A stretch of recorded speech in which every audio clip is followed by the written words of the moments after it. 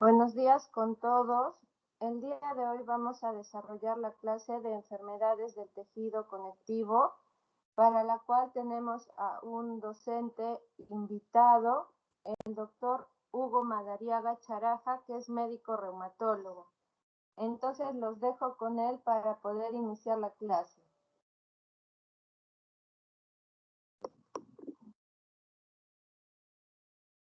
¿Nos están escuchando? Sí, doctora. Buenos días. ¿Pueden ver la pantalla?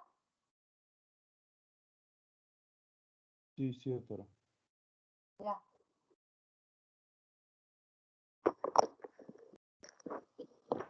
Bueno, buenos días. Gracias por la invitación, la doctora Benavente. Comenzamos con el tema. Es un tema, bueno, en todo caso, puedo decir como preámbulo de que hacer semiología en reumatología es un tema relativamente nuevo, ¿verdad? ¿No? Hay muchas universidades que hasta hace poco tiempo no la han desarrollado, ¿no? Personalmente les digo, cuando yo hice pregrado, nadie me enseñó del aparato locomotor. Recién hace como 17 años que San Marcos introduce en parte de lo que es, digamos, el sílabus de estudio. Y lo que tienen que entender es básicamente de que la necesidad de entender este capítulo es porque el dolor articular es una de las principales 4 causas de consulta en atención primaria. En salud, muchos años, una de las causas más frecuentes de atención primaria es el dolor muscular. El dolor lumbar es la 4ª causa de atención en urgencia. El dolor de rodilla, muchas series, es la 2ª causa de atención en emergencia luego de infecciones respiratorias. Entonces, entender que siempre había un quiebre en el conocimiento de este aspecto, ya que, como les acabo de decir, síntomas del aparato locomotor son causas muy frecuentes en atención primaria y lamentablemente nadie nos ha enseñado el enfoque de este síntoma o mucho menos al examen físico de pacientes que vienen con este síntoma. Si bien es cierto, este capítulo ya ha sido introducido felizmente, no se le está dando aún la importancia que se debe debido a los síntomas, como les mencioné, de gran frecuencia y saber el diagnóstico diferencial de este.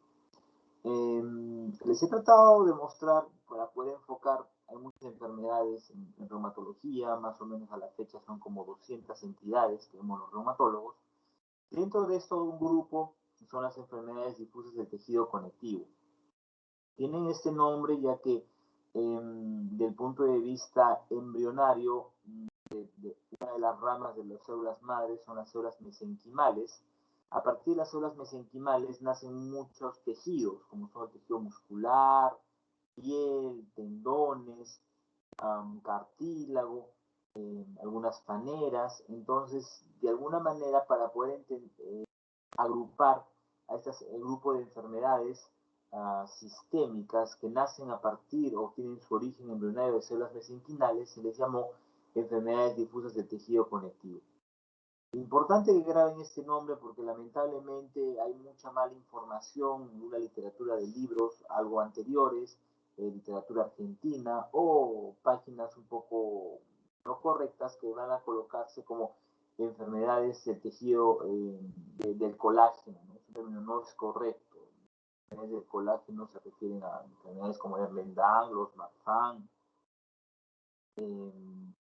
osteogénesis imperfecta, otro tipo de enfermedad. Entonces, el término correcto son enfermedades difusas del tejido conectivo. Básicamente son 7, como pueden ver ahí en la diapositiva. Imagino por importancia del sílabus, han puesto, vamos a desarrollar 4, que es artritis reumatoide, lupus, esclerodermia y miopatías inflamatorias. Pero quiero que entiendan que son más y probablemente algunas, como el síndrome de Sjögren, mucho más frecuente que otras de las 3, pero bueno, el sílabus está hecha de esa manera. Comencemos con artritis reumatoide. Siempre es bueno definir las enfermedades. Artritis reumatoide es una enfermedad sistémica, inflamatoria crónica, progresiva, autoinmune, con gran predilección por articulaciones diartroidales, ¿no? Coloco esto porque si bien es cierto la enfermedad, su síntoma principal y comienza con dolor y aumento de volumen de articulaciones diartrodiales, son aquellas que tienen sinovia, tienen movimiento, que tienen rango articular, no necesariamente solamente comprometen las articulaciones, no pueden comprometer muchos órganos. Entender que es la segunda enfermedad en frecuencia crónica articular, siendo la más frecuente la osteoartritis. En la importancia, la osteoartritis es la cuarta causa de discapacidad a partir del año 2020. Y la segunda enfermedad articular es la artritis reumatoide. De no tratarse es discapacitante, es decir, si un paciente con artritis reumatoide no se trata en 7 años termina discapacitado. Obviamente el paciente que la padece disminuye la calidad de vida y disminuye la supervivencia. Estos pacientes tienen mayor riesgo de sufrir stroke o enfermedad cardíaca coronaria. Epidemiológicamente hay muchos datos a nivel mundial. Tenemos estadística peruana, felizmente, estadística local, y sabemos que la artritis reumatoide tiene una prevalencia de 0.5% en el Perú. Es decir, 1 de cada 200 peruanos sufre de artritis reumatoide. Por más que ustedes decidan ser cirujanos, dermatólogos, plásticos, lo que les diga su futuro, tienen que tener un conocimiento básico de artritis reumatoide porque se van a topar, se van a encontrar con pacientes con artritis reumatoide como antecedente y tienen que tener una idea de qué consiste la enfermedad para más o menos poder actuar ustedes para realizar su acto médico en la especialidad que tengan. Como les mencioné, la epidemiología va a variar mucho. Ya tenemos estadística nacional. Y el blanco de la artritis reumatoide principalmente está a nivel de la sinovia. Como pueden ver en el ángulo superior izquierdo, la sinovia es esa membrana que cubre las articulaciones diartrodiales. Una membrana, como pueden ver, muy delgada, podría ser como una capa de una cebolla. Y su función, dentro de muchas, aparte de función inmune, es producir lubricantes, darle estabilidad, darle homeostasis a la articulación. Como pueden ver en el ángulo superior, inferior izquierdo, en pacientes con artritis reumatoide, la sinovia se vuelve hipertrófica, como pueden ver ahí. Por eso que inicialmente se creyó que era un tipo de cáncer, tienen una disposición muy parecida, se hiperplasia, se hipertrofia, se vasculariza y daña los órganos alrededor. Muy parecido a una enfermedad proliferativa. De esta manera dando lo que es el daño articular, como pueden ver en la imagen inferior derecha, desviación cubital o algunas erupciones que ustedes saben o creen saber por ahora. Entender que la enfermedad tiene un patrón. Siempre, generalmente, la enfermedad comienza siempre en manos, le encantan articulaciones pequeñas y generalmente tiende a ser simétrica. La primera articulación que se toman son las metacarpofalángicas y luego interfalángicas proximales. Eso es el primer lugar de origen. Entonces, probablemente, si tienen algún paciente que viene por dolor de rodillas, de tobillos, probablemente no sea artritis reumatoide, sea alguna otra enfermedad. Porque esta enfermedad característicamente se inicia con compromiso articular a nivel de lo que son manos. Y no le gusta interfalángicas distales, no le gusta ese compromiso. Por menos solamente 10 a 20% lo hace, pero en la evolución, luego de 8 o 10 años de enfermedad no tratada. Pero esta enfermedad no se presenta en interfalángicas distales. Posteriormente, luego de manos, le gusta lo que son los pies, a nivel de opciones metatarsofalángicas. Y si la enfermedad sigue en su evolución, va a comprometer lo que son muñecas, rodillas, codos, tobillos, bueno, y también caderas y hombros al final de la enfermedad. Esto es lo que ustedes pueden ver, o si ponen Google, ponen imágenes, se pueden encontrar, pero estas imágenes en verdad es cuando una enfermedad o como un paciente ya tiene una enfermedad avanzada, tardía, una enfermedad en fase final. Es decir, yo no tengo que ver estas imágenes para poder hacer el diagnóstico de artritis reumatoide. Olvidémonos esto, eso sí se enseñaba anteriormente, le daban características, por ejemplo, la parte de arriba, dedo en cuello de cisne, ¿no? Dedo en cuello de cisne, en la cual hay una contracción o una limitación en la interfalángica proximal, una limitación en flexión y una deformidad en hiperextensión de la interfalángica distal, arriba, se llama dedo en butonier o un ojal, ¿no? Porque se llama butonier, porque dejo como un agujero, ¿de acuerdo? Debajo de la interfalángica proximal, En la imagen inferior se llama el dedo en cuello de cisne, en la cual todo lo contrario, hay una hiperextensión del interfalángica proximal. Fíjense en el cuarto dedo de la mano de abajo, una hiperextensión interfalángica proximal y una hiperflexión de interfalángica distal, ¿no? Dando la imagen de un cuello de cisne, ¿no? Pero estas son imágenes finales de un paciente desde el punto de vista de artritis terminal, discapacitado, que no se puede abotonar el pisa, no se puede amarrar los zapatos, no puede comer, no puede abrir una puerta. Eso no, repito, no es lo que van a encontrar, o por lo menos no deben esperar a esto para hacer un diagnóstico de la enfermedad. ¿Sí? Eso grábenlo, por favor, esas son imágenes históricas, ¿de acuerdo? No debemos hacer un diagnóstico de esa manera. Lo que sí debemos hacer es, por ejemplo, en esta imagen, poder diferenciar cuando las lesiones están hinchadas. Esto es una exageración. Lamentablemente, los pacientes con una forma temprana de la enfermedad no los van a encontrar así, con un dedo hinchado, como pueden ver. Yo veo acá la piel con cambios de color, una piel roja, veo las articulaciones hinchadas. Probablemente no se me vaya a escapar a mí el diagnóstico. La localización es importante, como les mencioné, interfalángicas proximales.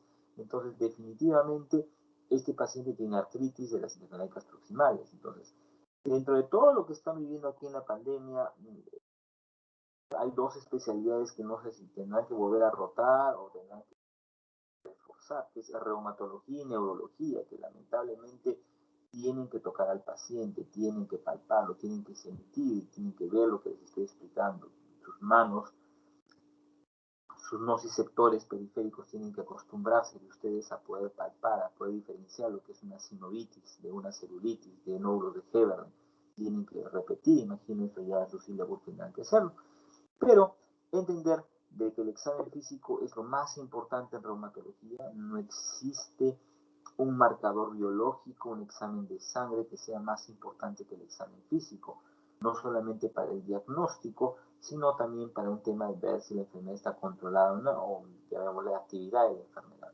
Esta es una de las técnicas correctas para poder examinar, ¿de acuerdo? Dentro de esto es importante lo que les menciono, porque miren, es muy importante poder diferenciar un paciente que esté sano, que puedo tener las manos gordas, gruesas, de forma, si yo trabajo en la chacra, en el campo, o trabajo con las manos, o hago pesas, o ordeño, o soy pintor, puedo tener las manos mucho más gruesas, ese es mi forma genética de la enfermedad, o la adaptación de mis tejidos a mi trabajo manual que hago. Entonces tengo que saber diferenciar eso de un paciente sano, de un paciente que tenga aumento de volumen. Dentro de esto, la diferencia grande la hace en la definición de artralgia sin dolor articular o inflamación de la articulación, que utilizamos el término de sinovitis. Saber diferenciar eso es muy importante porque a causa de artralgia 80% no tienen un problema de tipo reumatológico, puede ser trastornos del ánimo, infección viral, trastornos hormonales, reacciones a medicamentos, etc. Entonces ya entramos en un tema de artritis en la cual yo, ¿cómo diferencio? La semiología, cómo yo puedo examinar mis manos e identificar a aquellos pacientes que tienen sinovitis. Muy importante, por eso el examen físico es lo más básico que hay. Para ver esto, nosotros en reumatología, tanto para el diagnóstico como también para ver la evolución del paciente, utilizamos este muñeco. Si se fijan, este muñeco en el cual están exageradas en redondos todas las articulaciones diartrodiales de la economía del cuerpo, y en la cual yo voy a poder pintar o dibujar aquellas articulaciones comprometidas. Dentro de esto puedo diferenciar en el mismo paciente dos alternativas. Aquellas articulaciones que están hinchadas, yo las pinto, y a mano derecha aquellas articulaciones que son dolorosas y no hinchadas. Obviamente hay algunas que cumplan las dos. Entonces, de esta manera, yo voy a poder definir no solamente qué articulaciones están comprometidas, sino también en la próxima evaluación del paciente yo voy a poder ver si es que este número ha disminuido, si ha habido respuesta al tratamiento. Manifestaciones clínicas, habrá que entender que los pacientes con artritis reumatoide, si bien es cierto, como les dije, comienzan con el tema articular, terminan con el tema articular, la manifestación más importante es el compromiso articular. También, como hablamos en la definición, es una enfermedad sistémica, por ende puede haber un compromiso sistémico. Frecuentemente en ojo la escleritis, ¿no? Que es la inflamación de la esclera. Neumonía intersticial, de las 7 formas de neumonía intersticial, la artritis reumatoide las produce todas, siendo más frecuente la fibrosis. A nivel hematológico, puede haber leucopenia, anemia, trombocitopenia. A nivel renal, puede haber compromiso renal, como glomerulonefritis, nefritis intersticial. A nivel de vasos, pueden hacer una vasculitis secundaria, la vasculitis reumatoide, son más frecuentes antiguas descritas, como pueden ver en este caso, en la imagen, una vasculitis de medianos vasos con necrosis digital. Y también clásicamente, felizmente, ya no vemos la presencia de nódulos reumatoides, ¿no? Como ven en la imagen, los nódulos reumatoides son imágenes, son tejidos, es tejido granulomatoso que se va a formar en zonas de roce, donde hay mayor contacto. Generalmente zonas extensoras, los codos, las rodillas, el talón, zonas donde hay bastante roce. La verdad, felizmente ya no vemos este tipo de pacientes, ¿de acuerdo? Antiguamente la semiología se daba de esa manera, desviación cubental, dedos en cuello de cisne, butonier, fosa reumatoide, flexión en cuello de cobra del sentido hacer una semiología con secuelas de enfermedad, no los reumatoides igual, esto ya no se ve actualmente, felizmente, porque diagnósticos tempranos, tratamientos bastante adecuados y precisos. Entender que la enfermedad se produce por una base genética asociada tanto a genes HLA como genes no HLA. En 0401 el más estudiado, se lo encontró en nuestra población peruana, también está asociado. Definitivamente no solamente es necesaria la presentación genética, sino también que hay un factor gatillante. Lo entendido y lo estudiado en artritis reumatoide es básicamente el uso de cigarro, también infecciones dentales como algunas porfiromonas, gingivalis, lo cual va a hacer que se desarrolle la enfermedad.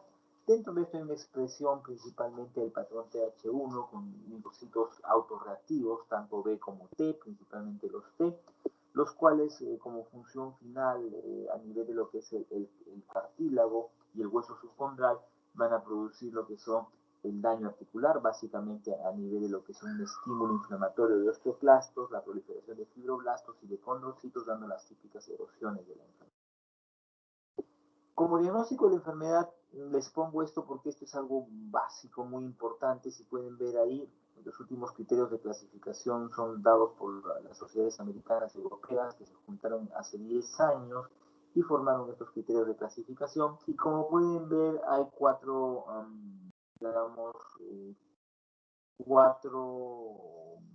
ítems para poder hacer el diagnóstico. El primero es el compromiso articular, donde viene el joint involvement. La segunda, la parte serológica de anticuerpos. La tercera, que está en C, que son proteínas de fase aguda.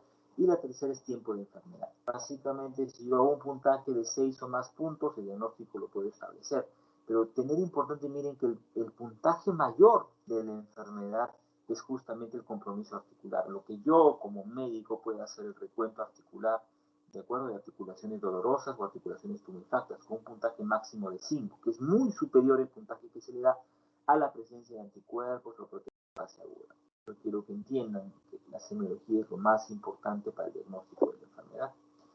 Imagenológicamente, como pueden ver ahí, la presencia de una mano normal a una desviación cubital, como pueden ver ahí, de nuevo repito, y es cuando el paciente tiene un daño muy grande de la enfermedad, puede hacer el diagnóstico de esa manera.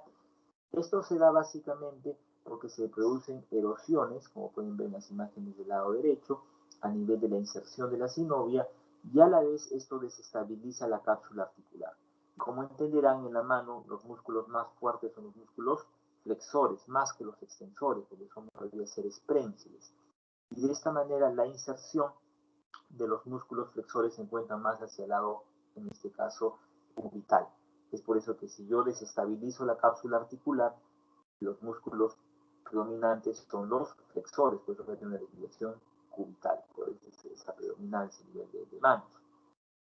a nivel de pies hay una desviación a nivel del lado tibial, ¿no?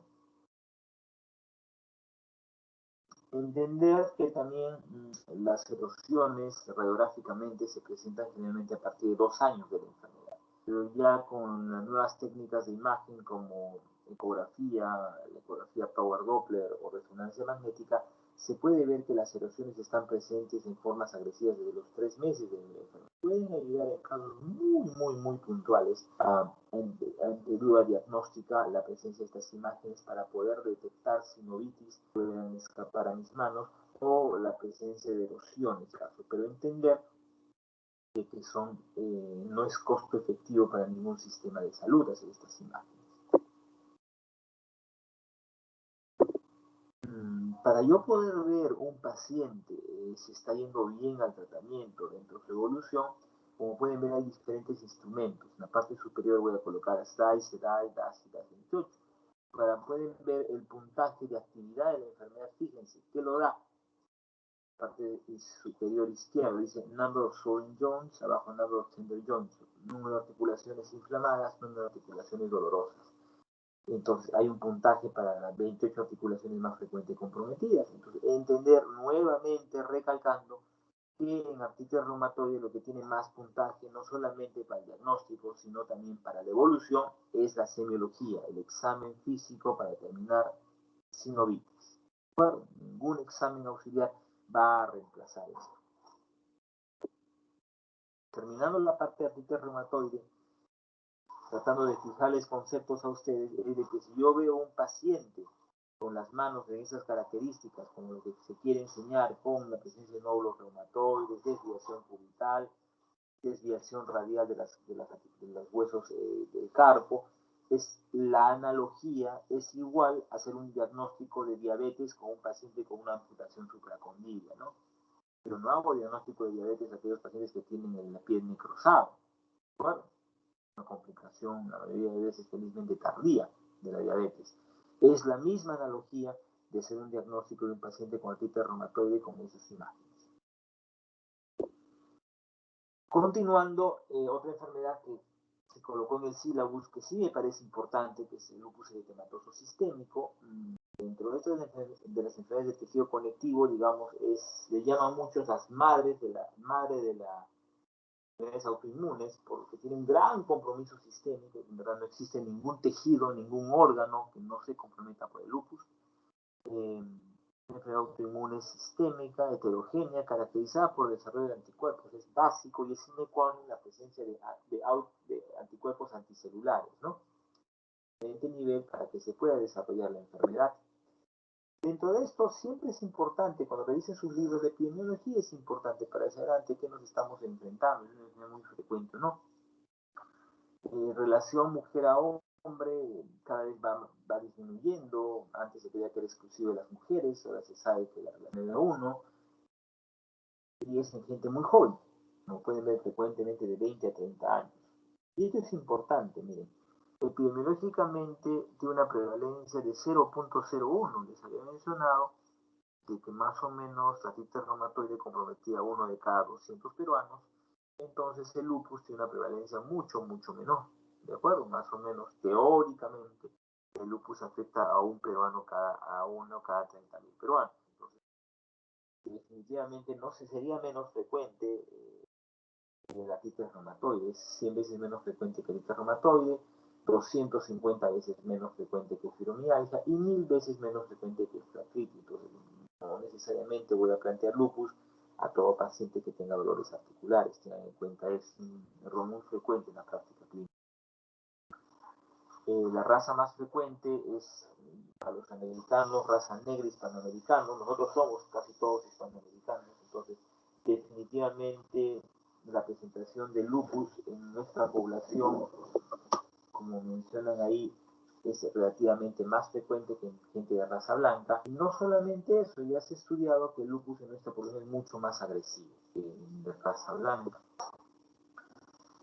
Fisiopatología, como muchas enfermedades autoinmunes, se sabe que hay un factor genético, como la artritis reumatoide, y definitivamente hay un factor desencadenante, ¿no? Entre gatilla y la enfermedad. Algo, por ejemplo, interesante en esta pandemia es que se han visto mucho debut de pacientes con lupus, probablemente pacientes que ya tienen base genética y ha sido gatillado por el estrés del aislamiento social o por el mismo coronavirus, ya que se sabe que muchos genes virales son los que van a gatillar enfermedades autoinmunes como citomegalovirus, Epstein-Barr, herpes, influenza, Coxsackie, y han sido estudiados en su momento, son los causantes del gatillante de enfermedades autoinmunes.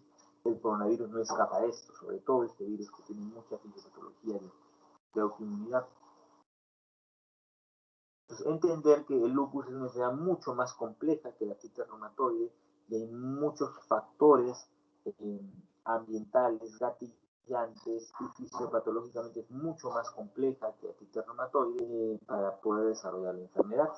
El diagnóstico generalmente es la sospecha clínica ante las manifestaciones clínicas más frecuentes asociada a anticuerpos, por así decirlo. No existe un paciente con lupus que sea ANA negativo, todos son ANA positivos.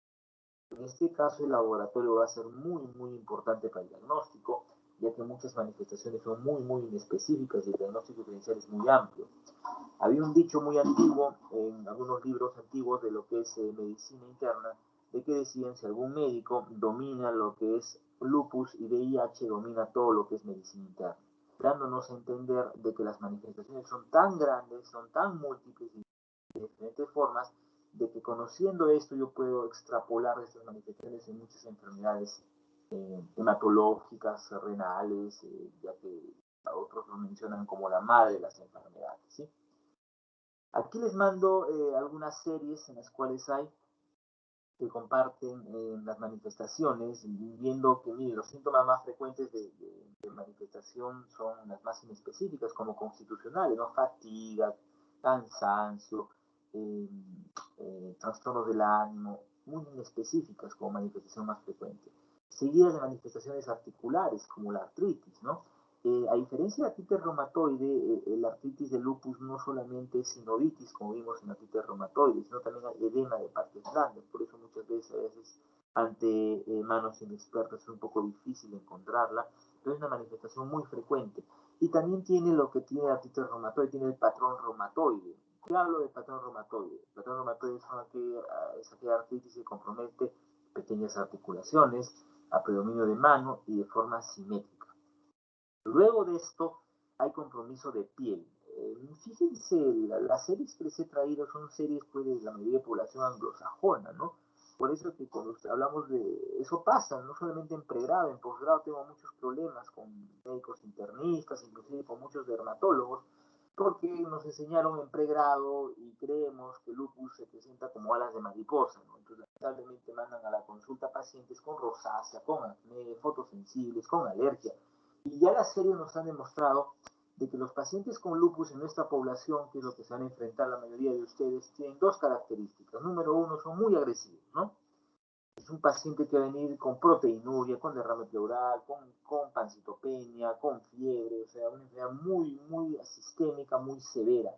Es muy poco probable que tengan un paciente en la consulta que venga solamente por eritema malar. No lo digo que no lo haya, pero es menos frecuente que en otras poblaciones. Y si es que el paciente presenta manifestaciones cutáneas agudas de lupus, como eritema malar, no viene solo, viene asociado a otro compromiso sistémico. Dentro de esto, también va a haber compromiso de mucosas, en piel, perdón, también puede haber alopecia en mujeres jóvenes, podemos encontrar compromiso de membranas, los pacientes con lupus tienen úlceras en las mucosas, desde las fosas nasales, la boca hasta el ano, pero obviamente al examen físico lo que va a resaltar o lo que el paciente nos va a mencionar son las úlceras a nivel de boca. También característico compromiso de pleural, ¿no? Es frecuente, promedio, somos países de alta prevalencia de tuberculosis y basan en el diagnóstico diferencial pacientes que debuten con derrame pleural. También con derrame pericárdico, derrame pericárdico, el lupus o tuberculosis, 99% causas de esto. El resto de posibilidades 1%, pero en promedio no hay pierde cualquier tuberculosis. Como compromiso pulmonar, igual que artritis reumatoide, pueden causar las 7 formas de neumonía intersticial, pero en este caso la más frecuente es la neumonía intersticial no específica. Pueden producir menos frecuente pericarditis, miocarditis, fenómeno de Raynaud, más o menos de 20 a 50% de pacientes. La presencia de trombofilia, de trombosis venosa, en el 10 a 20%, generalmente asociado a síndrome de anticuerpos lípidos. Vasculitis secundaria muy frecuente, sobre todo a nivel de compromiso de piel. Compromiso renal en el 40-60% de los pacientes. Y otras manifestaciones frecuentes, básicamente a nivel del sistema nervioso central. Antiguamente se creía que solamente evitaban síndrome confusional agudo o convulsión, pero se sabe actualmente que mucho más frecuente que esto, y le dejaba a menos, es el dolor neuropático. Entonces, entender de que va a ser un poco probable de que como curso de semiología se hable todo esto, ya que todo esto lo habla en sus capítulos correspondientes, ¿no? Es decir, yo hago cardiología y les voy a hacer la semiología de derrame pericárdico, pericarditis, solamente como etiología es en el loop. Si yo hago compromiso pulmonar de derrame pleural o de neumonía intersticial, preépitos, resiliaciones vocales, etcétera, realmente tienen que saber que una etiología puede ser lupus, y así en cada uno de estos, incluyendo neurología. Solamente voy a ir al lado de que probablemente sea más exclusivo de la enfermedad, probablemente con compromiso de piel y manifestar algo más. Vamos a ver que el lupus, a diferencia de la artritis reumatoide, no les puedo decir que es una enfermedad discapacitante, es una enfermedad mortal. Si no recibo un diagnóstico temprano o no tengo la sospecha clara de la enfermedad, es mortal, sobre todo en nuestra población. Ese lupus leve, como menciono, de fotosensibilidad, caída de cabello, ese lupus lamentablemente no es muy frecuente en nuestra población, probablemente para los anglosajones que sean raza pura europea o los europeos del norte, ¿no? Entonces no tiene ese comportamiento, es lupus muy agresiva, muy agresiva. Como semiología les puedo mencionar que las lesiones de la piel es más que todo una forma de eritema, puede ser a nivel del rostro, que generalmente, pero no exclusivamente, puede respetar el surco nasogeniano, como pueden ver en las imágenes. Generalmente son en las zonas donde los rayos ultravioleta llegan en forma de 90 grados, ¿no? Tienen un incidencia de 90 grados, como puede ser el dorso de la nariz, el puente, y a nivel de la zona malar, dando estas diferentes imágenes, ¿no? Un poco más frecuente en gente de raza blanca o de piel más clara, como pueden ver en las imágenes que les estoy mencionando. Puede ser el lupus agudo, menos frecuentemente se pueden dar como imágenes algo elevadas, ¿sí? Algo elevadas en forma de placa. Generalmente esta presentación en gente de raza más latinoamericana. Y algo muy importante, por más que vean imágenes tan feas ahí, el lupus, las imágenes con tratamiento nunca dejan marca, ¿no? Entender que la manifestación del eritema malar no es que sea exclusiva de cara, es simplemente que es la zona que tenemos más expuesta, ¿sí? Más expuesta al sol.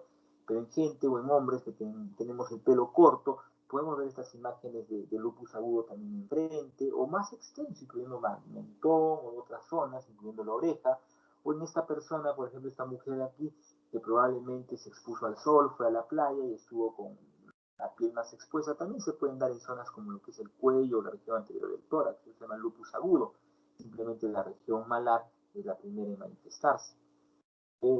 Si bien es cierto, podemos ver aquí una mujer de raza blanca, las lesiones del lupus. En raza negra, eso que tenemos raza negra en nuestro país, yo he estado 5 años en Lima practicando reumatología y nunca he visto un paciente de raza negra con lupus.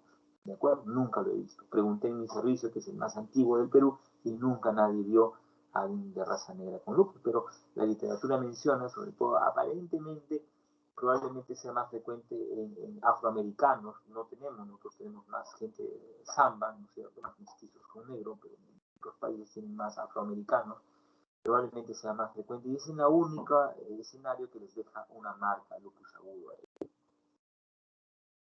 En manifestaciones en la piel también el lupus agudo, obviamente no usamos guantes normalmente, entonces también se puede presentar en zonas expuestas al sol como son las manos, De alguna manera, no es algo, una condición sine qua non, pero se puede ver que el lupus agudo, para diferenciarlo de lo que son la dermatomiositis que vamos a desarrollar en un momento, tiende a ser o más extenso, como en la parte superior derecha, esa manifestación en el nivel de todo lo que es la piel, o en la parte inferior izquierda, que es en la piel que está entre las articulaciones, no sobre las articulaciones sobre la piel, sino digamos, al medio, ¿no? Al medio de las falanges. Igual acá, manifestaciones de lupus, como lupus agudo, a mano derecha puede ver lo que son engrosamiento de la cutícula y también puede ver alteración de lo que son los microvasos en el lecho unguial, ¿sí? Como pueden ver en un eritema periunguial a ese nivel. Lo que les manifestaba, el eritema periunguial y las lesiones que no está sobre la articulación, sino en el medio, ¿no? Es algo relativamente característico de la enfermedad para poder diferenciar. Lo que deben saber es de que el compromiso de piel es muy variado en lupus, hay clasificaciones inclusive de esto. Es más frecuente mientras más jóvenes son los pacientes comprometidos, tienen mayor manifestaciones de la piel.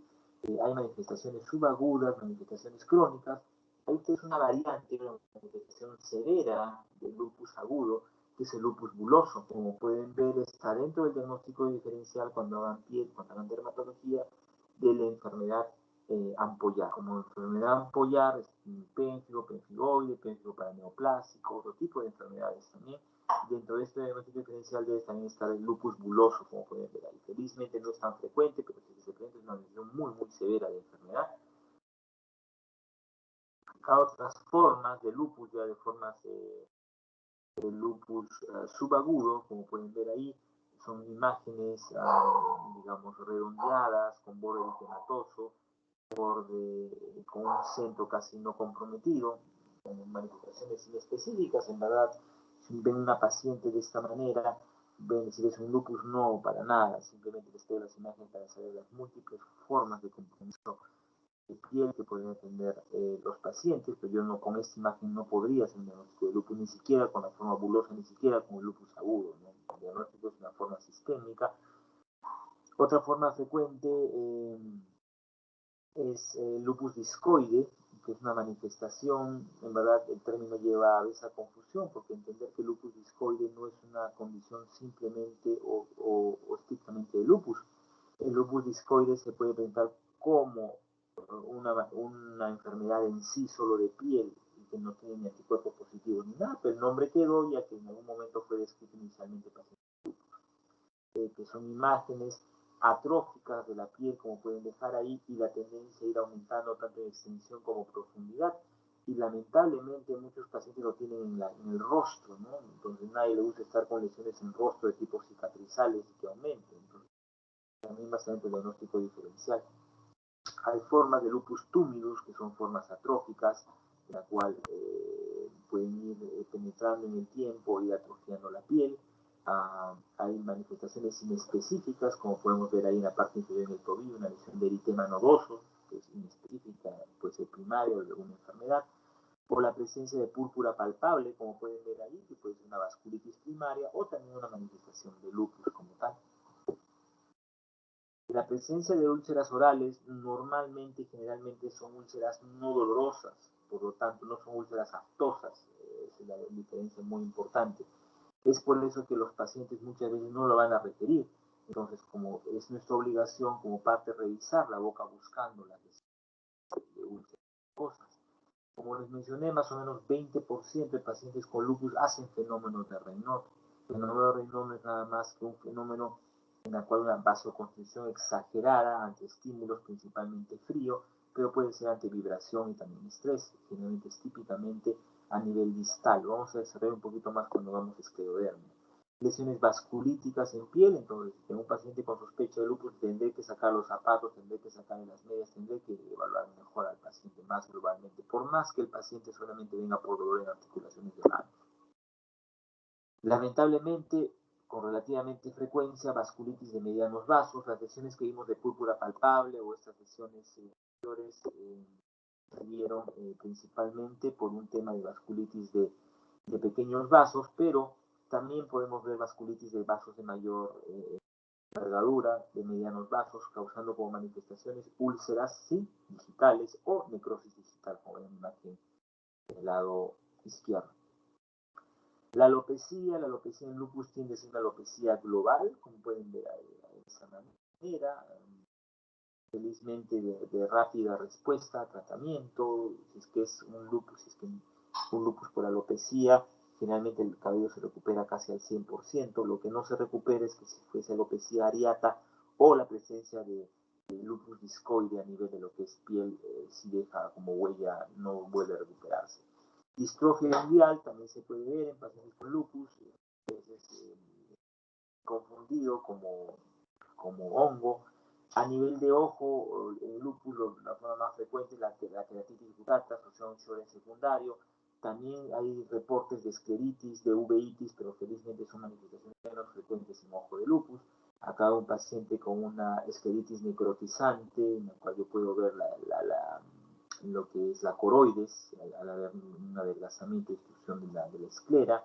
La presencia de uveitis, como pueden ver ahí, ese iris un poco irregular, con una reacción ciliar alrededor de esto, enrojecimiento, y en la parte de abajo puedo ver hipopium. Manifestaciones cardíacas, como les mencioné, frecuente el derrame pericárdico, muchas veces es inclusive asintomático en los pacientes, que lo podemos hacer el diagnóstico mediante un ecocardio. No me detengo en la descripción, simplemente esto lo van a desarrollar en semiología del corazón, simplemente acotándole que dentro de la etiología de lo que todo puede encontrar, el lupus va a presentarse como tal. Acá pueden ver con derrame pericárdico antes de tener lupus, y después del diagnóstico pueden ver un mediastino ensanchado, predominio del corazón. Mucho menos frecuente, los pacientes con lupus pueden dar endocarditis asépticas, que es la causada, la llamada endocarditis de Niemann-Sachs, que son vegetaciones a nivel cardíaco. Pues se puede encontrar un paciente con fiebre y soplo y pensar que es endocarditis bacteriana y podría ser lupus tranquilamente. Neumonías intersticiales, todas acá se ve una forma de una neumonía necrotizante, que no es una forma frecuente de lupus, pero podría presentarse.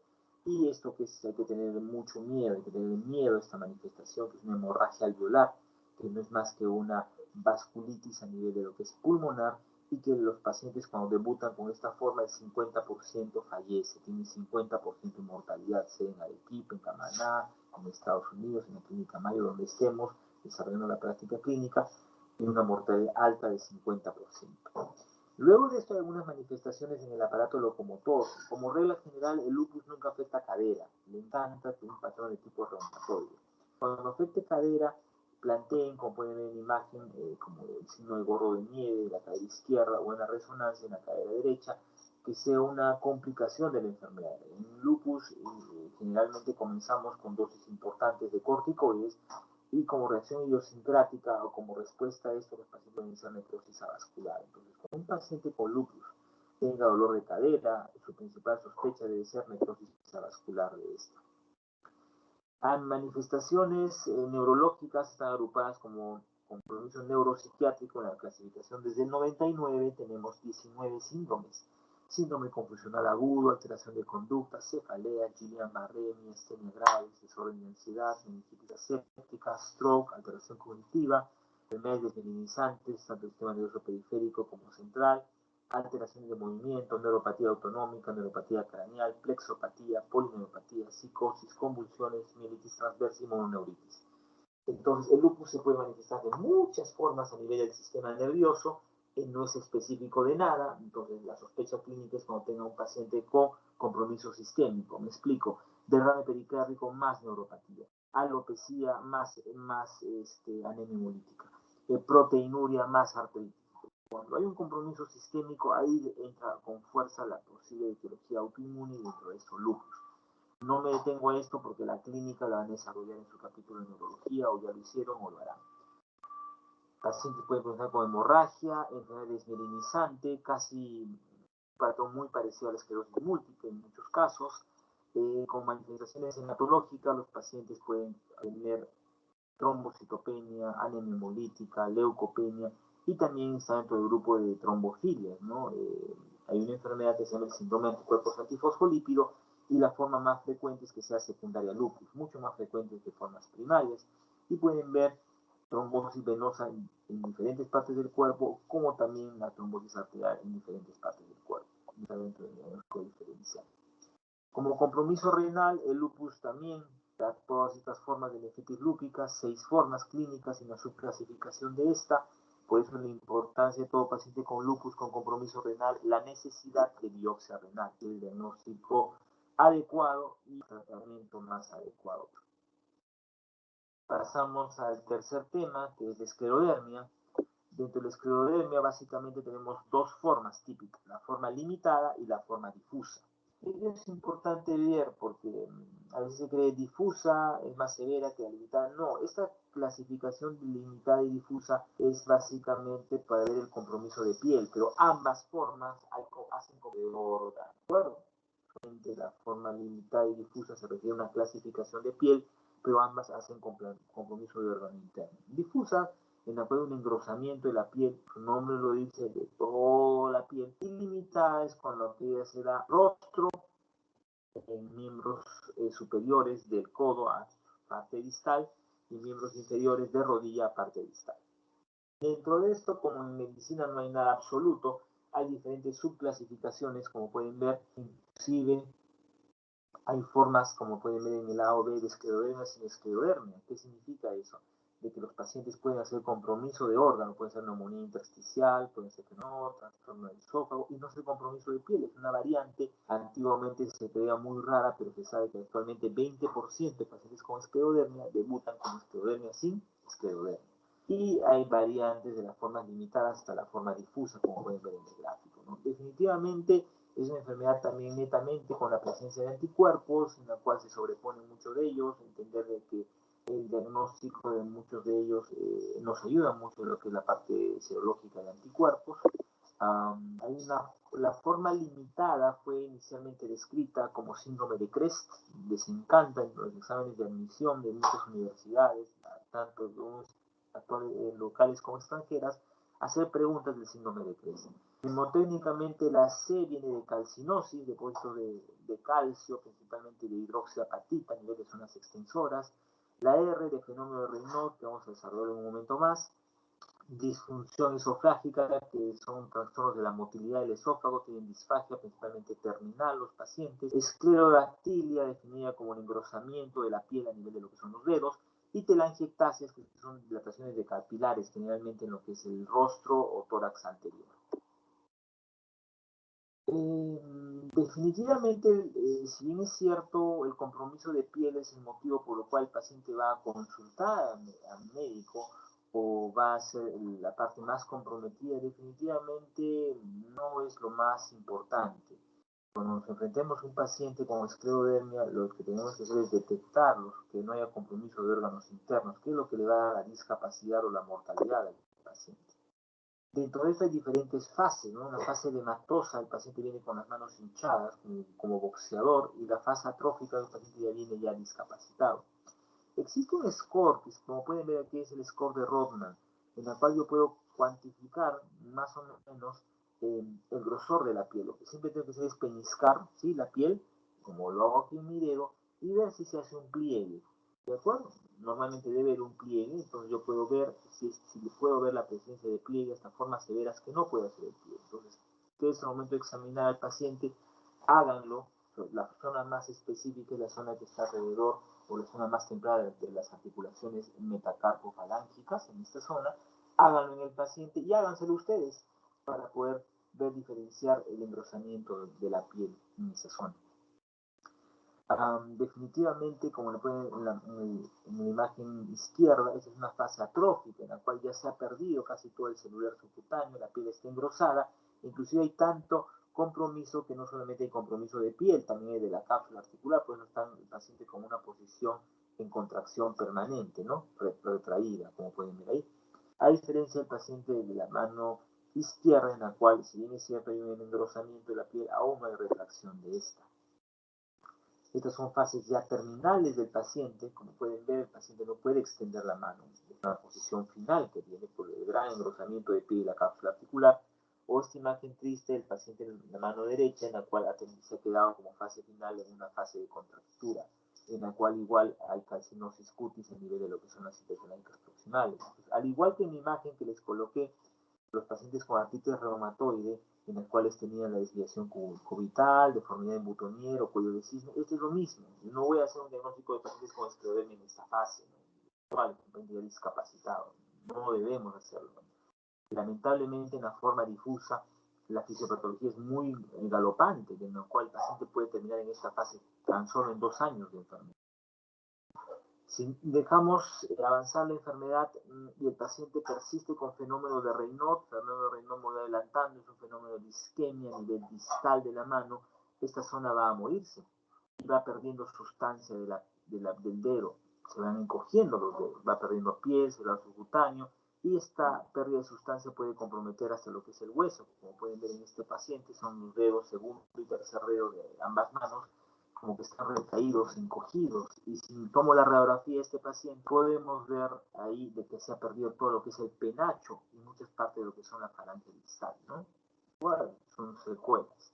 El compromiso de lo que es el rostro, igual, como pueden ver en la foto izquierda, algo característico al paciente, con esa imagen, con pérdida de lo que es celular subcutáneo, aumentando los rasgos, son los pómulos, una nariz respingada, la ausencia de celular subcutáneo a nivel perioral, y podemos ver también en ambas imágenes de los pacientes la presencia de telangiectasias. En la imagen de la paciente del lado izquierdo, cercano en la parte inferior de la órbita izquierda, en el dorso, cerca al lóbulo de la nariz, y una paciente del lado derecho para ustedes, a nivel cerca de la región de la comisura de la boca izquierda, la presencia de telangiectasias, ¿no? Aquí pueden ver pacientes igual con pérdida de las sustancias interfalángicas, como en imágenes anteriores. En estos pacientes puedo ver que hay una disminución de la amplitud de la apertura de la boca por gran depósito de lo que son de fibras de colágeno en la piel de para la boca. Probablemente, como pueden ver en la boca aperturada de la paciente mano derecha, no son sus dientes naturales, probablemente sean prótesis, ¿no? Porque al haber depósito de colágeno también hay en las glándulas salivales. Acuérdense que en las glándulas salivales hay un antibiótico natural. Al perder esto tiene un gran daño de lo que son las piezas dentales. Aquí característicamente en la imagen superior la presencia de telangiectasias como parte del síndrome de Crest o la esclerodermia. En la parte inferior izquierda, el fenómeno de Raynaud, si no controlo la enfermedad, el paciente va a iniciar desarrollando úlceras distales, ¿no? Porque son zonas de isquemia, lo cual, si no controlo con el tiempo, va a haber las imágenes de pérdida de sustancia. Parte inferior derecha, podemos ver depósito de cristales, como mencioné, son de hidroxiapatita, que causan calcinosis cutis, como pueden ver ahí, las imágenes subcutáneas de calcificaciones. Entonces, si yo no controlo el fenómeno de Raynaud, eso es lo que va a suceder. Lamentablemente, de haber úlceras digitales va a haber complicación, porque va a haber lesión en esa zona, o va a haber la presencia de migración de infección hacia el torrente sanguíneo, y los pacientes tienen mayor mortalidad por infecciones en esclerodermia. Básicamente, las úlceras digitales son la principal causa de pérdida de sustancia a nivel del dedo. Las imágenes creo que están repetidas. Esta es una paciente que hace fenómeno de Raynaud, ¿de acuerdo? En la cual vamos a ver estas imágenes. También entender, ¿no? Porque también es muy frecuente que la paciente, doctor, mis manos están frías. Tienes fenómeno de Raynaud. No, el fenómeno de Raynaud es algo característico. Fíjense en esta imagen, es una forma distal de isquemia, forma distal de cambio de coloración, no manchas en la piel, no que mis manos son frías, no confundan eso, ¿no? No confundan. Entonces, clásicamente el fenómeno de Raynaud tiene estas 3 fases, ¿no? La primera fase en la cual hay una vasoconstricción aguda, en la cual deja de llegar sangre a la mano, y van a ver que los pacientes se vuelven con la mano blanca, ¿de acuerdo? Al haber un fenómeno de vasoconstricción persistente, la segunda fase es que la mano se vuelve morada, ¿de acuerdo? Porque ya hay un fenómeno de isquemia, ya dejó de ver flujo de sangre en la primera fase, llegando a un fenómeno de isquemia en la fase 2. Y la tercera fase, luego de este fenómeno de vasoconstricción, el paciente se lo calienta, las abriga, hay un fenómeno abrupto de vasodilatación, en la cual hay un llenado abrupto de sangre y la mano se vuelve roja. Estas son las 3 fases de fenómeno de Raynaud. Si no tienen estas tres fases, no es fenómeno de Raynaud. Dentro de esto hay formas de esclerodermia que son mucho más difusas, como pueden ver en las imágenes, que hay un compromiso de zonas no tan frecuentes o en enfermedad avanzada, como puede ser cuero cabelludo, zonas del dorso o la zona lumbar, como podemos ver en esa paciente.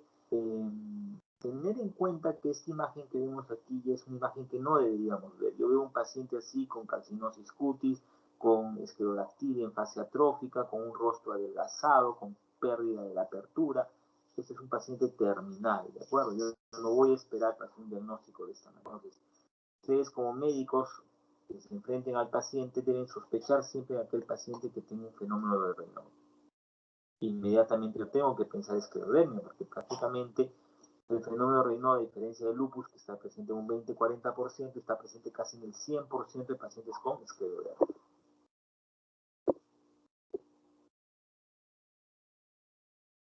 Es importante el diagnóstico diferencial, porque no solamente todo paciente que encuentre la piel gruesa en las manos voy a plantear que es esclerodermia. Sí, está dentro del diagnóstico diferencial, pero hay muchas enfermedades que pueden producir síntomas muy parecidos a esto.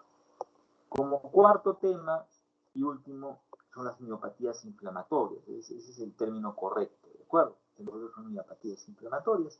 Se llaman miopatías inflamatorias idiopáticas. ¿Por qué? Porque no tienen causa. ¿Por qué no tienen causa? Porque se sabe que hay otras enfermedades que pueden causar inflamación del músculo, que pueden ser infecciosas, virales, bacterias. En la pandemia de influenza fue unas causas muy frecuentes. Actualmente vemos muchos pacientes, yo tengo 8 pacientes reportados por COVID que han hecho miopatía, por fármacos, corticoides, alcohol, medicamentos antituberculosos, atorvastatina, frecuentemente, antimicóticos, también algunas infecciones, sobre todo parásitos pueden causar miopatías felizmente localizadas. Entonces se llaman idiopáticas porque no tenemos una causa clara de estas. Es el término correcto. Clínicamente se caracterizan por debilidad muscular proximal, ¿no? De la cintura escapular. Yo tengo un paciente que tiene fuerza en la mano, una fuerza principal conservada, pero tengo dificultad para poder elevar la mano o para inclinarme. O tengo un paciente que camina normalmente, tengo buena fuerza muscular en los pies, pero tengo dificultad para levantarme de estar sentado o para subir gradas, una debilidad proximal desde la cadera o miembro inferior proximal. Es típico y es de tipo simétrico, ¿no? Es la característica. Generalmente es de tipo insidioso y progresivo, es decir, el paciente los síntomas los arrastra muchos meses. Cuando consulta fue cuando se dio cuenta que no podía subir hasta el tercer piso, ¿no? Y recién consulta al médico. Entonces, pero si uno le pregunta y él hace memoria, eso lo tiene desde hace 6, 7 meses, pero no le dio la importancia que el paciente debería tener. Además de esto, criterios de la elevación de enzimas musculares, más específico la CPK total, pero también se elevan otras enzimas, pero lamentablemente se comparten a nivel hepático, entonces causa un poco de no exclusividad. Tenemos la ayuda, además del laboratorio de electromiografía, para definir hay patrones miopáticos típicos. En todos los pacientes que no sean dermatomiositis es necesaria hacer la biopsia muscular. Entonces, en la dermatomiositis, que es una de las formas probablemente más frecuentes de enfermedad, hay manifestaciones específicas y no específicas. Dentro de las específicas son dos, que es el eritema heliótropo y lo que son las pápulas de Gottro. Luego puede dar muchas manifestaciones inespecíficas, ¿no? Como esta paciente, por ejemplo, que tiene lesiones eritematosas leves a nivel de metacarpofalángicas en piel, y no me llamaría la atención esta otra paciente que presenta angioedema en la mano izquierda. Esa angioedema, como pueden ver ahí, puede ser alergia a algún medicamento, pero puede ser una manifestación de dermatomiositis. Una paciente del lado derecho que a nivel de scalp, cerca al cuero cabelludo, simplemente tiene un eritema, en este caso crónico, que podría ser de la enfermedad. Dentro de esto, como manifestaciones poco frecuentes, el engrosamiento de la cutícula, como podemos ver en lupus, ¿sí? No es específico en ninguna de las dos. Lo característico en estos pacientes son las pápulas de Gottro, ¿no? Que son esas imágenes eritematosas en placa sobre articulaciones extensoras, principalmente tendinóticas proximales, metacarpofalángicas, distales, codos y rodillas.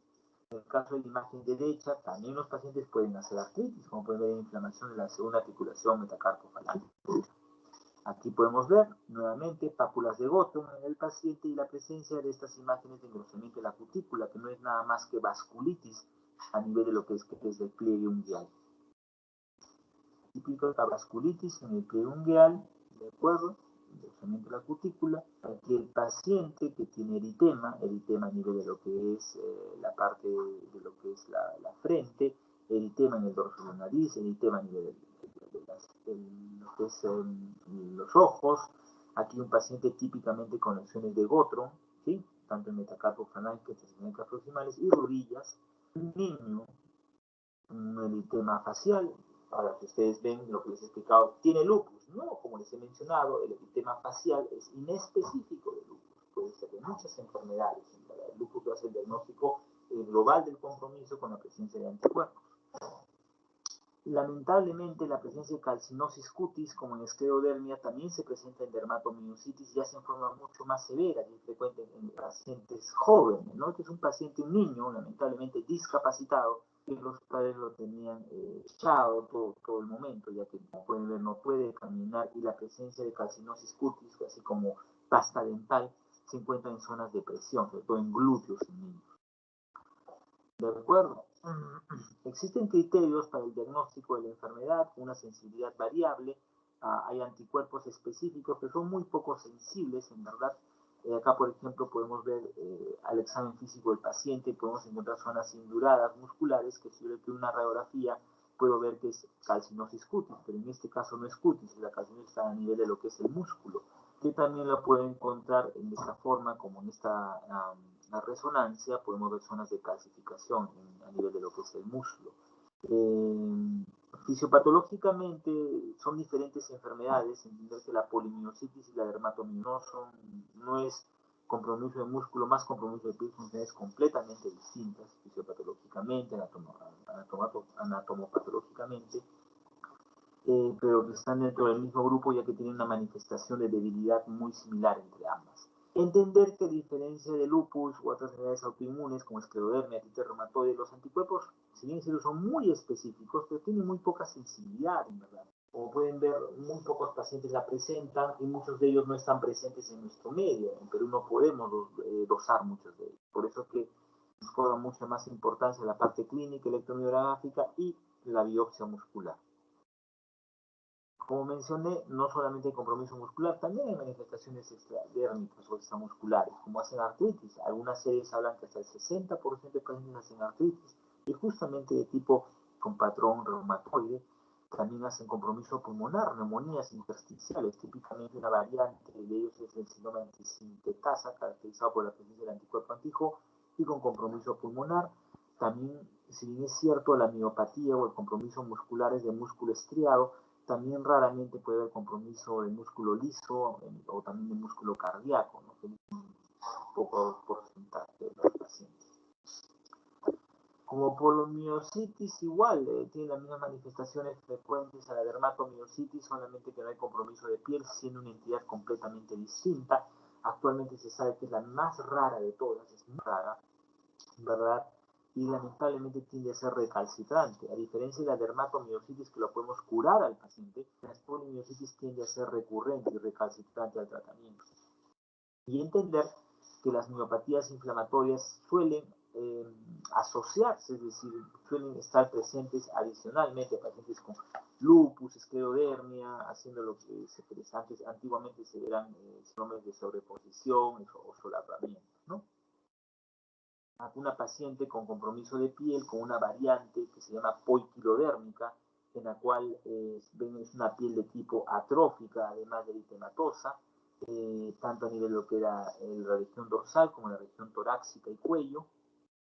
Otra paciente dándonos a entender de que las lesiones en piel en dermatomiositis son lesiones por fotosensibilidad, ya que se presentan en zonas expuestas, como en este caso la paciente que se llama el signo de la B, no es tan B chica, pero el signo de la B, básicamente por la ropa que utilizamos y puede haber contacto del rostro de la piel dando el eritema en esa zona. Voy entendiendo igual de que la fisiopatología pues es bastante complicada con enfermedades autoinmunes, ya lo desarrollaré en medicina, pero siempre teniendo la base inmunológica para poder entender esto, ¿no? A raíz de esto es de que en todas estas enfermedades autoinmunes la base son corticoides e inmunosupresores y también estar atentos al tratamiento o complicación que puedan tener esto, ¿sí?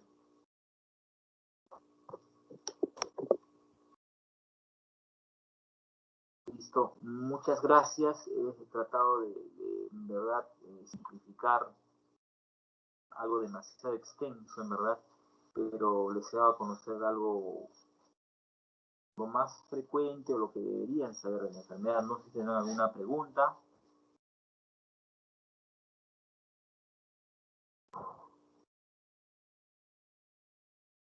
¿Escucharon la clase o no se escuchó? Sí, sí se escuchó, doctor. Todo bien. Ah, muy bien, Diego. No sé si alguien tiene alguna pregunta, comentario, no se asusten para poder absorber alguna duda que tengan.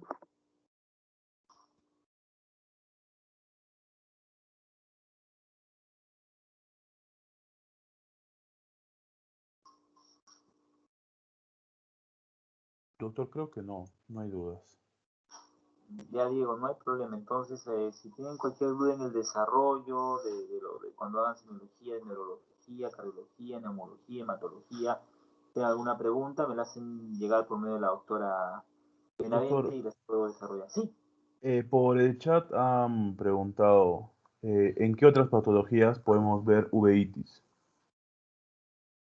Bueno, interesante. La uveitis es todo un tema, en verdad. En verdad es un tema muy, muy complejo, tanto así que en oftalmología existen 18 subespecialidades, ¿de acuerdo?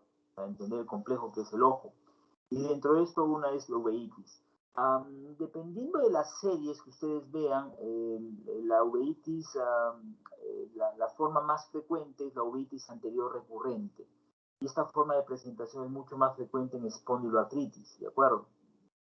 Uveitis es un tema muy grande, como menciono, existe la uvea anterior, uvea intermedia, uvea posterior, es que es bilateral, unilateral, crónico, agudo, recurrente, granulomatosa, no granulomatosa, puedo hacer un cuadro de triple entrada y llegar como más de 19 entidades, ¿no?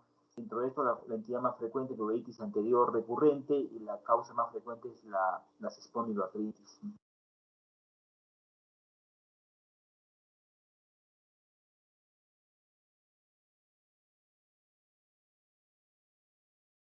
Las que he desarrollado no son la forma más frecuente, pero vale la pena mencionar si se puede encontrar como no.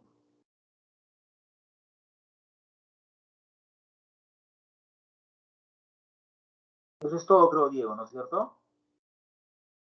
Sí, sí, doctor. Ya, listo. Hasta luego, muchachos. Buenos días. Cuídense. Hasta luego, doctor. Muchas gracias.